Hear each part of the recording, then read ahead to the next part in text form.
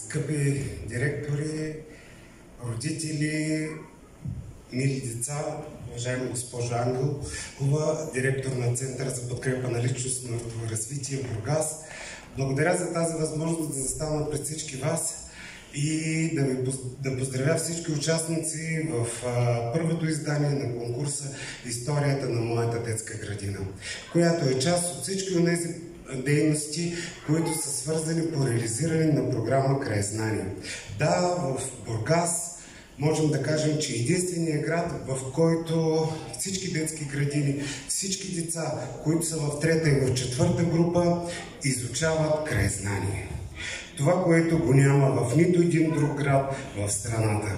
А какво е краезнанието? Разбира се, то е свързано с историята на нашия град, на нашето родно място, разбира се и с историята на детската градина, с онова, което ние е необходимо да знаем като жители на този град.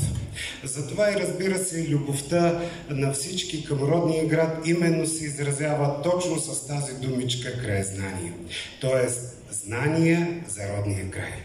Затова и разбира се, тази програма е по инициатива на кмета на общината господин Димитър Николов, но в същото време аз съм ръководител и автор на тази програма, но нещо, което е много по-важно, е това, че децата от малки свикват да знаят кой е Бургас и защо ние е необходимо да го обичаме.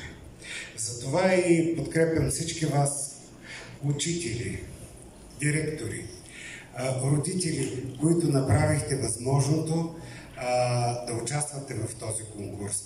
И разбира се, тук е тази възможност, която искам всички заедно да изразим към всички бургаски директори на детски градини, които изключително активно се включват в програма "Краезнание". Затова и искам всички заедно бурни аплодисменти, много шум за директорите на детските градини в Бургас.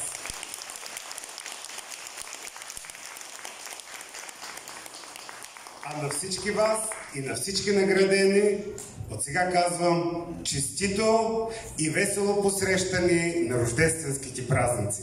Хубава вечер!